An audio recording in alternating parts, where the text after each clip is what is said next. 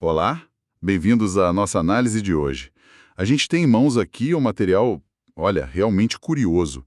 Trechos do livro Arquivo UFO Alerta Brasil. Isso mesmo. É uma compilação que cobre um período bem efervescente da ufologia no país, né? Ali entre 1954 e 1979. Exato. Reúne relatos de OVNIs, contatos e até investigações feitas pela equipe do próprio autor, a CIFET. A CIFET, Pesquisa Científica. É um mergulho interessante nesses arquivos. Com certeza. E o livro já começa, assim, provocando, né? Sem perder tempo. Sim, logo de cara. Questiona-se a nossa visão da história antiga, sabe, da arqueologia mais tradicional. Se não está faltando alguma peça ou se não está até meio equivocada. Uhum. Aponta para coisas como acumuladores elétricos de milênios atrás, cálculos complexos, tecnologias que parecem não bater com a época que a gente imagina. Essa introdução é chave para o argumento todo do livro. O autor meio que joga no ar a ideia de que talvez o nosso salto intelectual, sabe, como humanidade, Sim. não tenha sido tão devagarzinho, tão gradual como a gente costuma ouvir. Uma evolução linear. Ele levanta a possibilidade de algo mais abrupto, quem sabe até com uma ajudinha externa. Ah, interessante. E aí ele conecta isso com os anseios bem humanos, né? Busca por imortalidade, aquela coisa meio de saudade das estrelas, uma nostalgia cósmica. Poético, mas será que é só isso? Pois é, seriam só desejos ou talvez ecos de algo real? O que eu acho fascinante é como o livro usa essas perguntas sobre o passado para contextualizar o fenômeno OVNI mais recente, que é o foco principal. Perfeito. Então, o nosso mergulho hoje vai focar justamente nisso. Os casos mais marcantes, as evidências que o livro traz, os mistérios documentados. Certo. A gente quer entender a visão do autor, sabe? A força desses relatos, principalmente os brasileiros, e, claro, deixar quem nos ouve com uma ideia clara da riqueza e da complexidade desse arquivo. É uma análise para instigar mesmo a curiosidade sobre esses mistérios todos. Com certeza. O livro, então, propõe que a gente revisite uns enigmas históricos com essa lente, digamos, alternativa. O mapa de Piri-Reis, por exemplo. Ah, sim, clássico. A precisão das costas conhecidas já é notável, né? Mas o que intriga mesmo é o desenho da costa da Antártida, supostamente sem gelo. Muito antes da descoberta oficial. Exato, como? Sem uma vista de cima? O livro joga essa pergunta. E aí é difícil não pensar naquelas fotos da Terra do espaço, tipo da Apollo 8, e ver umas semelhanças, né? Pois é. E essa linha de raciocínio continua. As linhas de Nazca, lá no Peru, Aqueles desenhos imensos. que só de cima para entender. Isso. Seriam só tipo oferendas gigantes para os deuses, ou poderiam ter uma função mais prática, como o livro especula, talvez marcas para pouso. E o tal astronauta maia de Palenque, no México. Aquele relevo na tumba. Famosíssimo. A arqueologia tradicional diz que é simbologia da alma, né? Sim. Mas o livro sugere. E será que não poderia ser algo mais literal? É intrigante como esses achados desafiam uma única explicação, né? Abrem espaço para muita especulação. E tem mais. A Porta do Sol em Tiahuanaco, na Bolívia. Um bloco único de 10 toneladas. Esculpido com uma precisão. Incrível! E a lenda local fala do quê? De uma nave dourada vinda das estrelas e as estradas pavimentadas por lá, feitas por um povo que teoricamente nem conhecia a roda. Como explicar essa engenharia toda, esse conhecimento na Idade da Pedra pela cronologia oficial? O livro usa tudo isso para perguntar: como foi esse salto dos nossos ancestrais? Exatamente. O ponto central que o livro repete com esses exemplos é: será que a nossa inteligência, nossa capacidade técnica, surgiu de forma tão linear e puramente terrestre assim? Ele questiona isso. Ao questionar, ele abre a possibilidade de uma influência externa, não terrestre. Isso prepara o leitor, sabe, para talvez aceitar que o fenômeno OVNI moderno não é algo totalmente novo. Mas sim uma continuação. Talvez uma continuação de uma interação antiga. E isso dá o pano de fundo para discutir os avistamentos do século XX, que é um tema, como o livro bem diz, cheio de ceticismo de um lado e de fascínio e até medo do outro. Aí a gente dá um salto no tempo.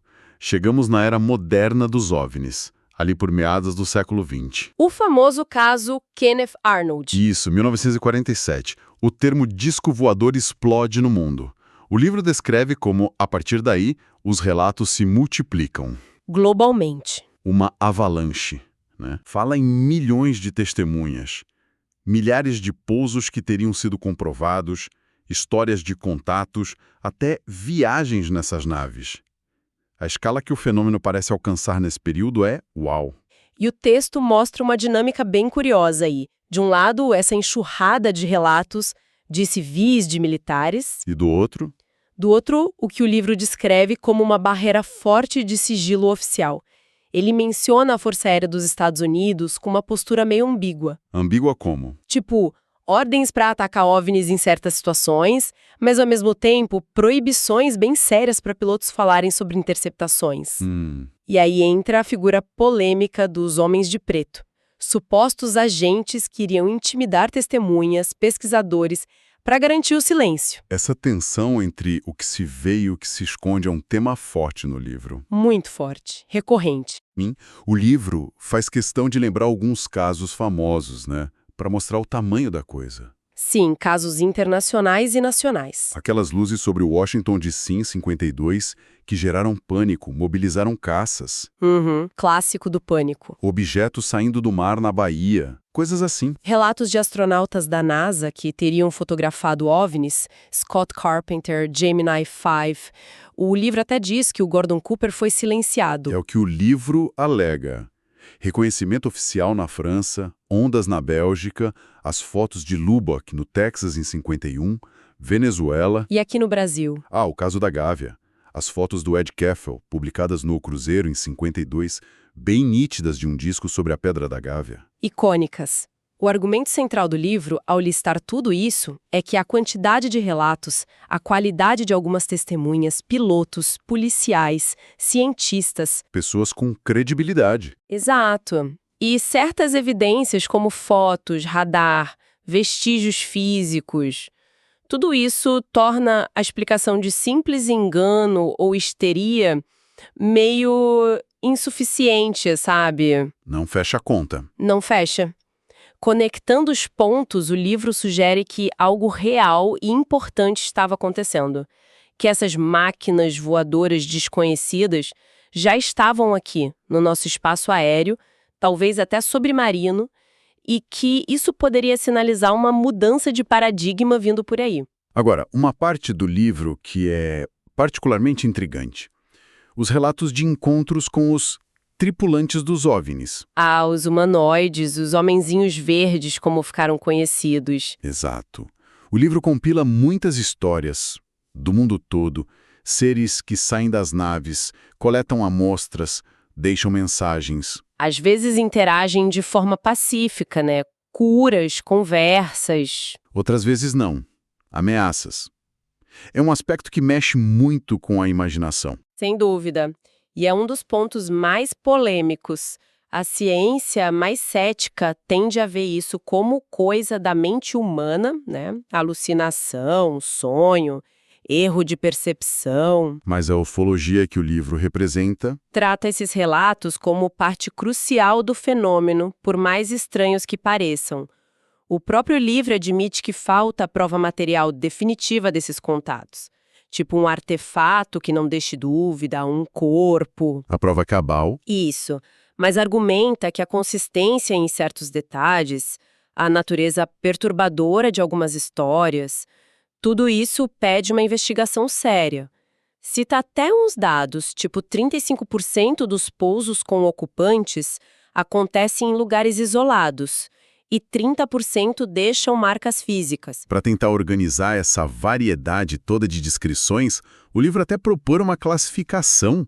É interessante ver os padrões que surgem. Sim, as categorias. 90 centímetros a 1,35 metros. Cabeça grande, olhos enormes, amendoados. As cores variam, né? Preto, azul, vermelho. Isso. Rosto com poucos traços, boca fininha, braços longos. um traje metálico colado, às vezes com capacete. Os greys, como ficaram conhecidos depois. Depois o tipo 2, mais parecidos com a gente. Altura mais normal, 1,20 a 1,80. Aparência física humana, rosto reconhecível. Alguns relatos falam de pele azulada esverdeada, traje de peça única, e mais vistos de dia. Tem o tipo 3. Esse é descrito como mais raro e meio assustador. Visto mais nos anos 50. Cabeça grande, tipo abóbora, corpo peludo, olhos brilhantes, laranja, amarelos, braços longos com garras. Andam sobre 2 ou 4 patas. Parecem focados em coletar amostras. Bem bizarros. E por fim o tipo 4. Uma categoria meio outros, bem rara. Formas não humanoides, tipo amebas ou seres de luz. O livro destaca que esses relatos de ocupantes aumentaram muito a partir de 1954. Mais de 100 casos registrados só naquele ano. Nossa! E menciona aquela especulação comum em certos círculos ufológicos de que seres do tipo 2 que se parecem conosco. Poderiam já estar vivendo entre nós. Exato, infiltrados. Claro, o livro deixa a questão principal em aberto. São visitantes de outros mundos, viajantes do tempo, seres de outras dimensões ou são manifestações complexas da nossa própria psique em escala global? Essa ambiguidade é parte do fascínio e do desafio do livro, né? Com certeza. Bom, vamos agora mergulhar nos casos brasileiros que o livro detalha. Alguns com supostas provas físicas, investigações, começando por um bem peculiar. A chuva de prata em Campinas, São Paulo, 1954. Ah, esse é curioso mesmo. Uma senhora viu uns objetos no céu e, ao mesmo tempo, caíram umas gotas quentes no quintal dela que viraram um metal prateado. Um vizinho pegou amostras. E a análise inicial desse material, feita na época pelo Dr. Maffei, a pedido do Correio Popular, esse é um ponto alto do relato no livro. Qual foi a conclusão? Estanho. De altíssima pureza, quase 89%, sem as impurezas normais do estanho comum.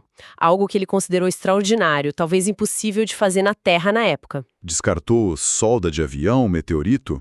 Sim.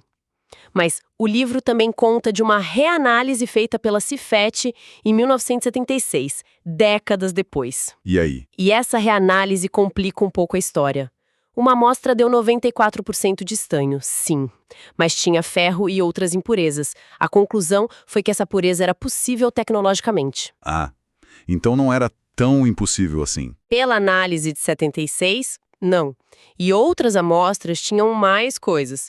Ferro livre, comum em meteoritos, magnésio, alumínio, cobre, até compostos orgânicos não identificados. Então fica essa discrepância, né? Exato.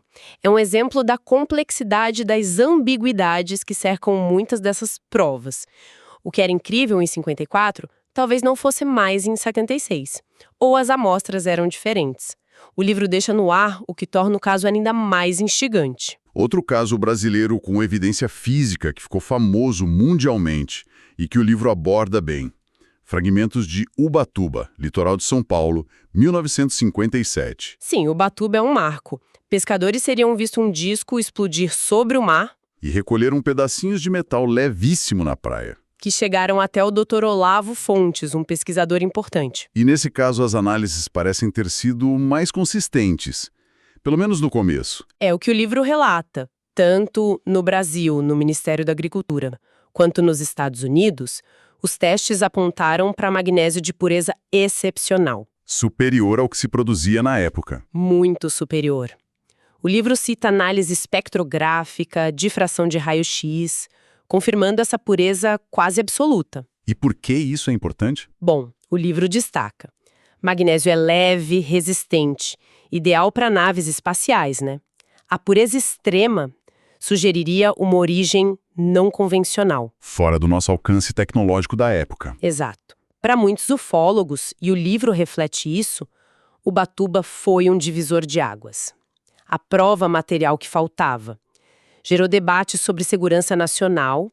O livro até menciona que o USANT da ONU comparou a importância do fenômeno OVNI à Guerra Fria. Mostra como um achado físico pode mudar o patamar da discussão. Totalmente. Agora vamos para um dos casos mais sombrios, mais perturbadores do livro. Morro do Vintém, Niterói, Rio de Janeiro, 1966. Ah, esse é pesado. 2 técnicos em eletrônica achados mortos, vestidos de terno, capa de chuva e máscaras de chumbo no rosto. Uma cena completamente bizarra e trágica. Sem sinais de luta, de violência aparente. E a investigação oficial nunca chegou a uma causa clara para as mortes. O embalsamamento dos corpos ainda complicou. Tinha dinheiro sumido, o que sugere roubo. Latrocínio? Sim, mas as circunstâncias eram muito estranhas. A agenda com códigos, o bilhete com instruções, ingerir cápsula, proteger metais, aguardar sinal máscara, apontava para algo planejado, meio esotérico. E o que se descobriu depois sobre eles? Só deixou tudo mais denso. Eles se interessavam por eletrônica, faziam experiências meio estranhas, teve uma explosão numa praia. E se envolviam com espiritismo, grupos que buscavam contato extraterrestre. Contato. E teve uma moradora local que disse ter visto um OVNI laranja sobre o morro bem na hora e dia das mortes. E as máscaras de chumbo? Proteção contra o quê? Radiação, luz... Ninguém sabe. O livro explora as hipóteses. Crime comum, suicídio num ritual, acidente com as tais cápsulas, um contato que deu muito errado. O enigma total, sem solução até hoje. Ilustra bem o lado perigoso, obscuro, que algumas dessas buscas por contato podem ter, né? Com certeza. Esses 3 casos, Campinas, Ubatuba, Vintém, são como pilares na narrativa do livro sobre a ufologia brasileira. Sim, eles mostram bem a variedade da coisa. Testemunhos, evidências físicas que geram análises controversas ou surpreendentes, e circunstâncias totalmente inexplicáveis que desafiam a investigação e muitas vezes acabam em beco sem saída ou debaixo de um véu de sigilo. Essa persistência dos mistérios é, sem dúvida, um dos pontos que prende a gente na leitura do livro. E olha, além desses casos que a gente aprofundou um pouco mais, o livro é um verdadeiro catálogo, um mosaico de ocorrências pelo Brasil todo naquele período. É verdade, a quantidade é impressionante. Documenta uma enxurrada de avistamentos, de incidentes, mostrando que o fenômeno não era algo isolado, né? Para dar uma ideia dessa abrangência, a gente pode citar rapidinho alguns exemplos. Vamos lá. Em Salvador, 1970, uma foto noturna, meio sem querer, que teria pegado um objeto luminoso invisível ao olho nu. Curioso. Na hidrelétrica do Funil, também em 70, um vigilante atingido por uma luz de OVNI ficou cego, paralisado temporariamente, e o chão ficou seco e enrugado no local. Efeitos físicos bem claros. Em Sousas, Campinas, 73, um jovem perseguido por uma bola de fogo. O carro parou, ele sentiu formigamento, dor de cabeça, várias testemunhas. Pane elétrica, sintomas físicos, padrões que se repetem. Aeroporto de Viracopos, 73. Policiais e funcionários viram um objeto silencioso fazendo manobras impossíveis sobre a pista. E os encontros mais diretos? Sim, Lins, 1968. Uma enfermeira conversa com uma mulher estranha, de uniforme, voz gutural, que entra numa nave. Meses depois, no mesmo hospital, um tratorista é paralisado por um raio de luz vindo de um objeto pousado com 3 seres baixinhos. 2 casos, no mesmo local, em pouco tempo. Bizarro. Pirassununga, 69. Um vendedor de frutas que vai ver um paraquedas estranho, acha uma nave pousada, 2 seres vêm na direção dele, um dispara uma chama azul na coxa dele. Com ferimento e tudo? O que impressiona nessa compilação toda não é só o volume de casos, né? Exatamente.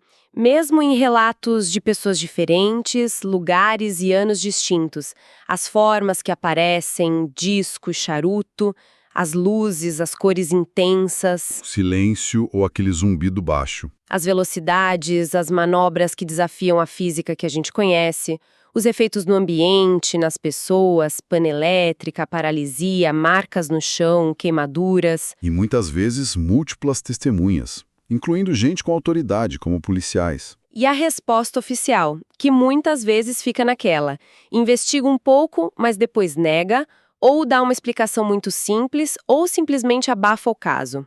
O livro argumenta que essa consistência interna dos relatos é um forte indício de que tem um fenômeno real por trás disso tudo. Bom, a gente cobriu hoje só uma fração, uma amostra do que o Arquivo UFO Alerta Brasil traz.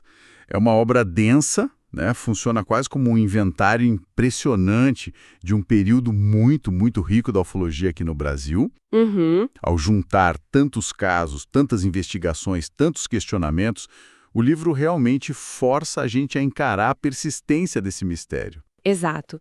É mais do que só uma coleção de histórias esquisitas. O livro acaba sendo um documento histórico importante. Ele captura o espírito da época, sabe? As formas de investigar que existiam, as teorias que circulavam. E o impacto nas pessoas, né? Principalmente o impacto nas testemunhas, na sociedade, independentemente de você acreditar ou não em cada vírgula, a leitura provoca, desafia, mostra como é difícil aplicar um método científico tradicional a fenômenos que são fugitivos, muitas vezes subjetivos, E toca em questões bem profundas. muito profundas, sobre a natureza da realidade, nosso lugar no universo. Sem dúvida, a leitura deixa a gente com mais perguntas do que respostas, o que talvez seja a marca de um bom livro sobre um tema tão complexo como esse. Pode ser que sim. E fica uma questão ecoando, né? Diante dessa quantidade enorme de relatos consistentes ao longo de décadas, documentados aqui e em outros lugares, mesmo filtrando os erros, as fraudes, o que seria preciso? Qual seria o limite de evidência para que o fenômeno OVNI fosse tratado com a seriedade que talvez mereça pela ciência, pela sociedade em geral? Uma pergunta difícil. E imaginando um futuro, se um dia a natureza desses objetos, a origem deles, fosse compreendida e revelada, quais seriam as consequências reais, sociais, culturais? Fica aí a reflexão para quem se sentiu instigado por essa nossa conversa e talvez queira procurar o livro para tirar as próprias conclusões.